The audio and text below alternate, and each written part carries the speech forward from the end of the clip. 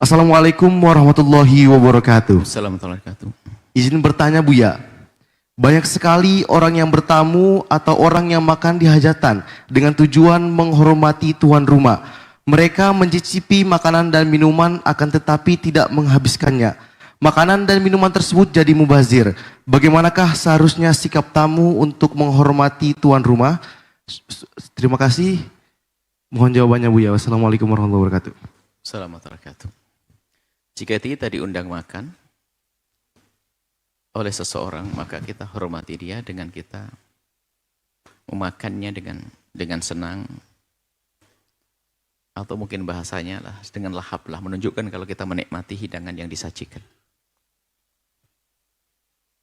Dan kalau itu orang yang sangat mengharap Anda bisa makan makanannya, kalau Anda melakukan puasa pun, puasa sunnah Anda batalkan demi menjaga perasaan orang tersebut. Dan pahala puasa Anda tetap utuh. Jangan sok tersalah puasa seumur hidup kayak atau puasa Daud, puasa ini lihat demi menjaga hati seorang yang memuliakan Anda, tidak akan mengganggu puasa Daud Anda. Ini puasa pakai hawa nafsu nanti. Wadah enak ini sudah terlanjur biasa Daudan saya. Ini bagaimana? Itu ibumu yang nyasak dari pagi. Alasannya mohon maaf Umi, saya lagi puasa Daud. Nyenangkan hati Umi lebih gede daripada puasamu. Memang ibadah tidak boleh hawa nafsu. Apalagi sudah stempel puasa Senin Kemisnya seumur hidup dia. Dari kebatalan satu saja kayaknya sudah kayak kiamat. Padahal sunnah dan menjaga hati orang bisa lebih gede pahalanya. Jangan beribadah dengan hawa nafsu. Kemudian setelah itu cara makan pun juga ada adab dan tata keramanya. Ingin menyenangkan betul, tapi harus ada ilmunya. Jangan mengambil banyak lalu membuang-buang. Itu dua dosa kita.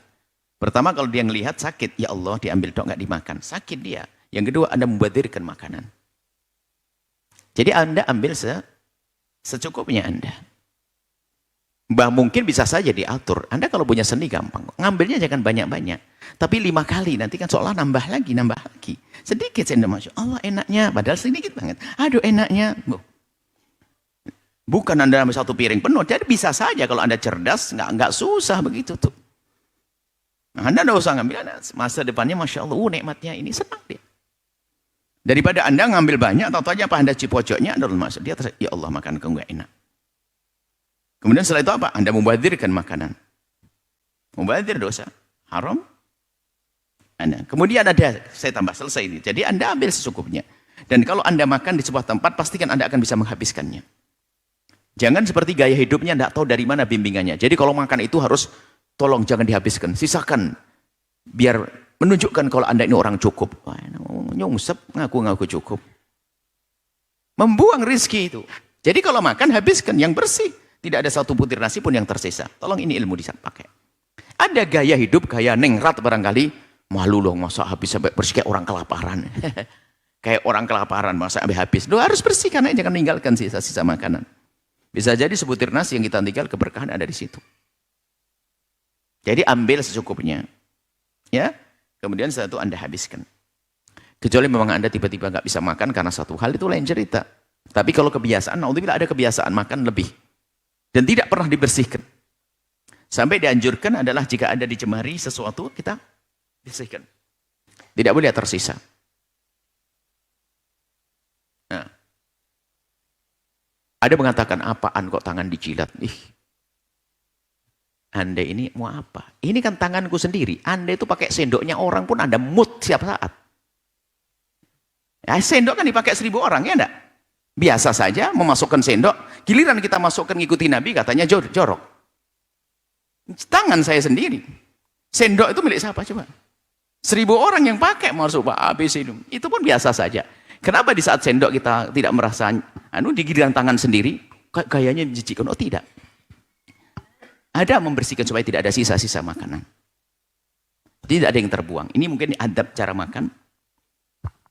Makanya kalau makan cuci tangan dulu. Biar di saat harus kita bersihkan. Jadi yang jorok nggak pakai cuci tangan. Nanti kacau. Temennya yang pusing nanti. Ya. Sehingga sunnah Nabi itu ada kesinambungannya. Makan pakai sendok bukan suatu yang haram. Kita tidak usah sok deh marah-marah sama orang pakai sendok. Jangan soal biasa sajalah. Cuman selagi masih pakai tangan, maka ada hubungannya. Sehingga dianjurkan agar kita tidak miara kuku.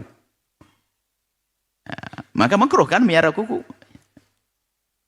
Bayangkan kukunya panjang, makan barang begitu buat sendok kukunya barangkali. Gimana kisahnya? Nah ini ada hubungannya dengan cara kita membersihkan tangan kita. Tidak usah miara kuku. Termasuk fitrah itu. Hal yang harus yang sekarang dianjurkan adalah motong kuku. Tidak boleh lebih dari berapa puluh hari, 40 hari misalnya.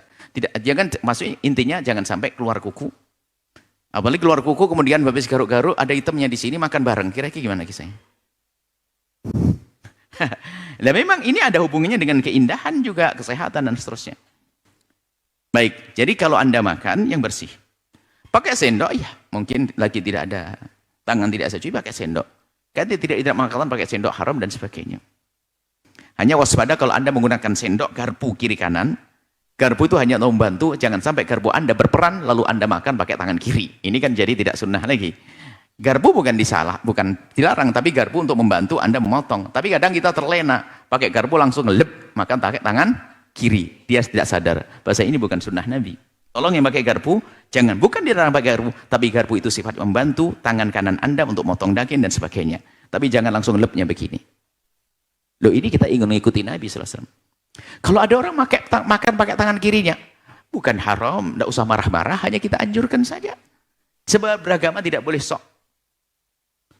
Baik, adapun tadi makan membuang sisa makanan ini mubadzir karena di Palestina. Di tempat-tempat lain ada yang tidak bisa makan. Kenapa kita buang-buang? Dan Nabi tidak senang. Dianggap sebagai teman-temannya syaitan, orang yang suka membadzirkan rezeki.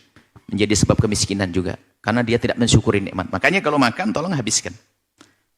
Maksudnya bukan Anda jadilah orang suka menghabiskan. Bukan, nanti jadi orang rakus. Nanti maksudnya ambil secukupnya, Anda bisa ngira-ngira perut Anda. Kalau mengkurang nanti nambah lagi. Jangan sampai ngambil banyak, tatonya setelah itu menyisakan. Atau gaya dengan sengaja menyisakan. Kita menemukan di satu kaum itu katanya apa? Sisihkan cara makan biar menunjukkan kalau kita tuh orang yang cukup. Jadi di pojoknya disisihkan ada dagingnya, ada ini Allah. Nabi tidak mengajari semacam itu. Tidak boleh ada yang mubadzir. Nah, baru nanti Anda punya keutamaan banyak. Menyenangkan tuan rumah, makannya benar, ada sunnah-sunnah nabinya dan seterusnya. Makan dok, pahalanya banyak sudah kenyang lagi, diundang lagi rumahnya orang nggak keluar duit kan, tapi dapat pahala banyak dengan akhlak yang mulia. Itu saja, wallahu a'lam bishawab.